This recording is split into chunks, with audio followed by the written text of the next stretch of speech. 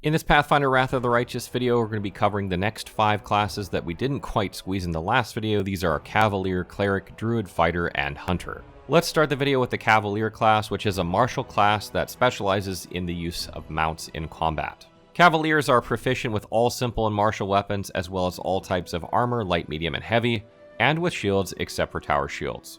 Mounts in combat work a lot like Druid animal companions, except that they must be mountable, obviously, because the Cavalier must be able to mount them.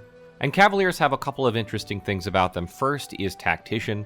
Once you make your Cavalier, you're going to select a teamwork feat. This is a feat that works in tandem with other characters. They must meet the requirement for it. But then as a standard action once per day, and then several more times as they level up throughout the game, several more times a day, this is going to increase. They can share that teamwork feat with people within 30 feet that they can see in here. So you're going to be able to grant that teamwork feat to your group, so it's kind of like a passive buff. Additionally, they're going to select an order when creating their class, and that's going to dictate several things they get. The orders available are Order of the Cockatrice, Order of the Lion, Order of the Shroud, Order of the Star, and Order of the Sword. The differences between these orders are simply some of the things they get, whether it be abilities that they can use in combat or passive. So you want to look through these and look through their special abilities chart to see what you're going to gain for these. The first subclass of Cavalier is Beast Rider, and this subclass allows them to make more and more powerful and exotic creatures their mounts.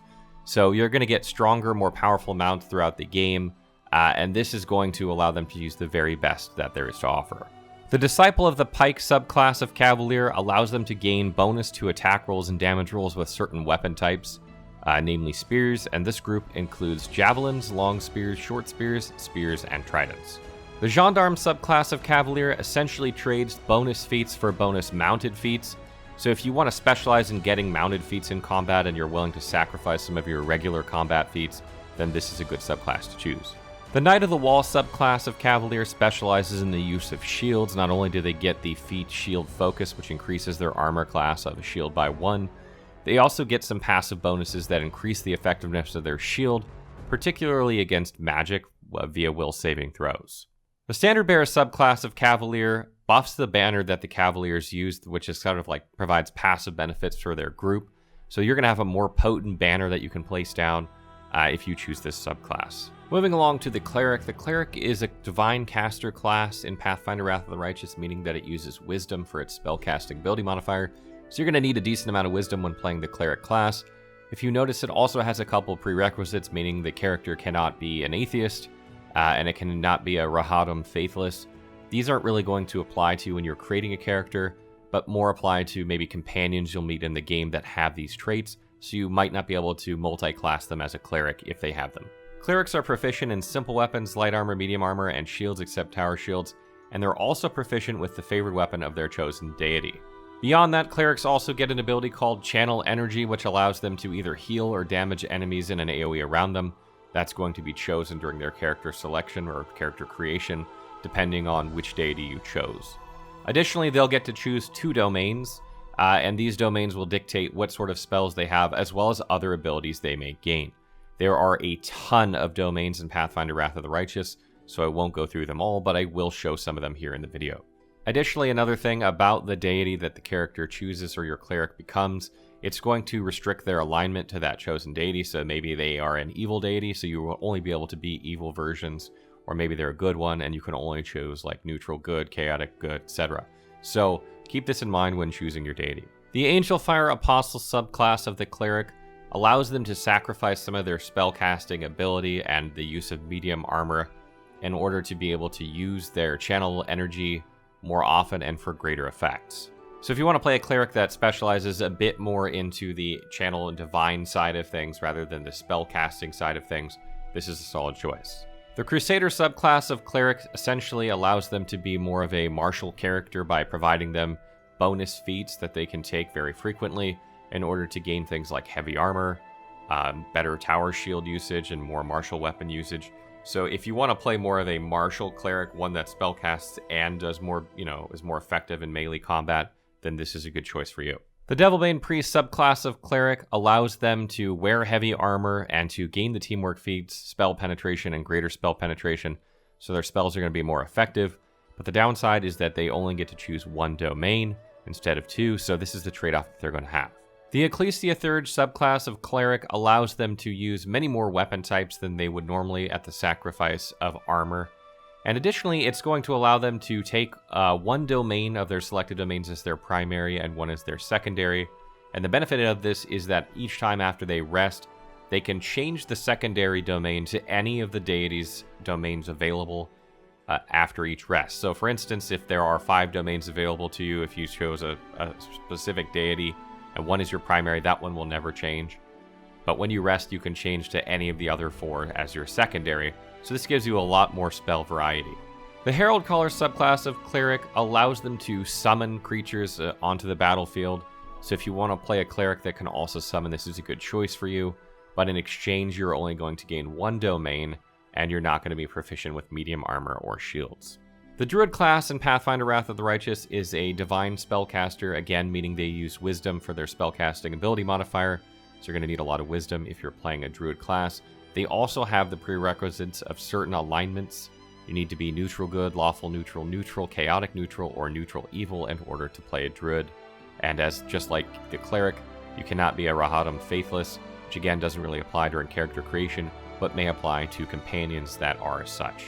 Druids have something called Nature Bond, which allows them to either gain the Cleric domain in air, animal, earth, fire, plant, water, or weather when they create their character, or give them an animal companion that they can use in combat. So you're going to get the choice of one of these 2 things, and that's going to be determined by you. And just like domains for the Cleric, these domains are not only going to have certain spells that come with them, but also abilities as well. Druids are also adept at summoning, and they can sacrifice a spell in order to summon creatures, and their proficiencies are as follows. Druids are proficient with clubs, daggers, darts, quarterstaffs, scimitars, scythes, sickles, short spears, slings, and spears, and they are also proficient with natural attacks such as claws, bites, and so forth, and any form they assume while they're using wild shape. They are also proficient with light and medium armor, but they cannot wear metal armor, so they're going to use something like padded leather or hide armor, and they can also use shields, but only wooden ones. The Blight Druid subclass of Druid allows them to select from the Death and Destruction domains as well as the domains I previously listed for Druids during character creation, but they cannot bond with an animal, so that is wiped out. Additionally, they also gain some passive abilities that will make enemies around them sickened or nauseated, so if you're playing a Frontlines type Druid, then this might be a good choice for you. The Defender of the True World subclass of the Druid essentially allows them to become very, very effective against the Fey, which is an enemy type in Pathfinder. So if you want to be very, very good against this one specific enemy type, then this is a good choice. There are no negative drawbacks to this, so this is basically just piled on top of the regular Druid.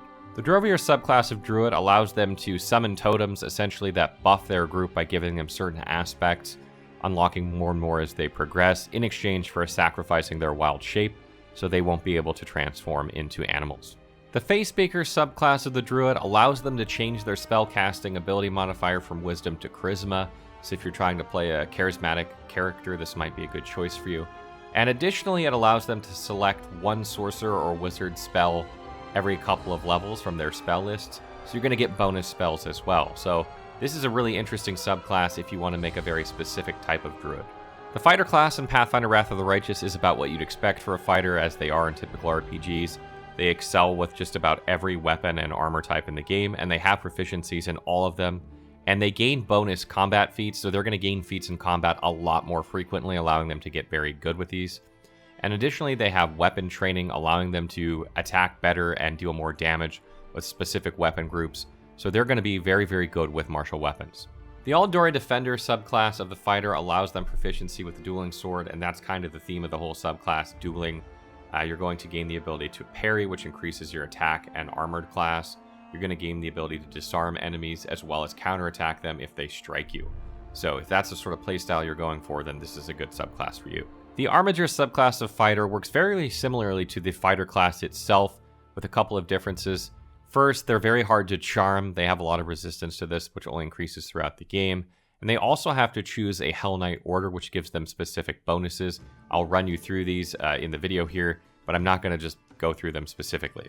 The Dragonheir Scion subclass of fighter sacrifices some of the damage reduction passives they have and speed with armor in exchange for some dragon-like features and dragon-like abilities, as well as the feats Arcane Strike and Dazzling Display.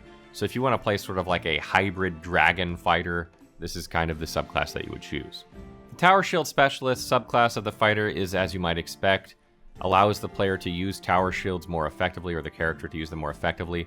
And since these are the most protective shields in the game, and they are also the most hard or difficult to use, this is very good for a class that's trying to be very, very tanky, or a build that's trying to be very, very tanky, as it allows them to use them to much better effect, to gain more protection, and also reduce penalties so that their attacks are easier to connect as well. So if you want to be a really, really tanky fighter, then this is a good choice.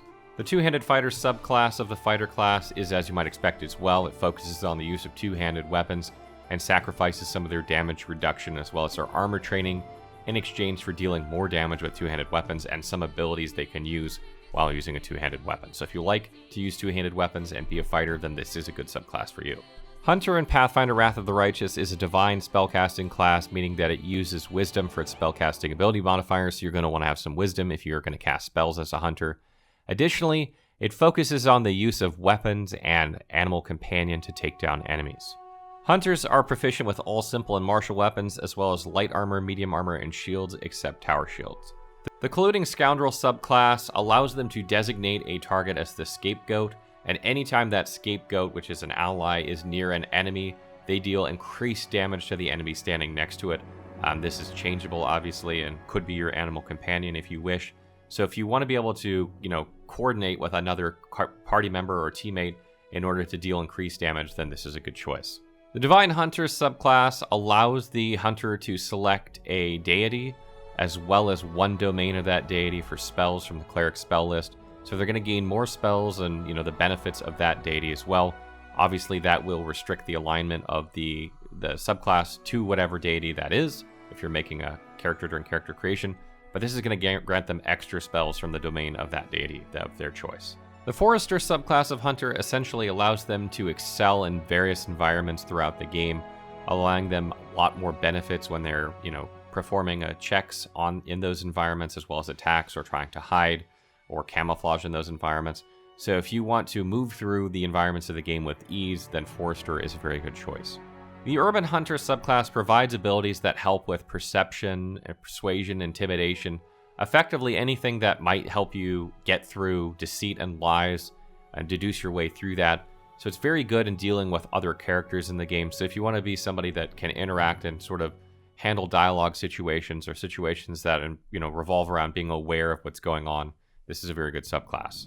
The Wandering Marksman subclass provides benefits when you're attacking the same target as your animal companion, and even more benefits when you're attacking from more than 10 feet away. So if you want to play a ranged hunter with an animal companion, this is a good choice. I hope you found this information helpful, and stay tuned for our next video on the next 5 classes of Pathfinder Wrath of the Righteous.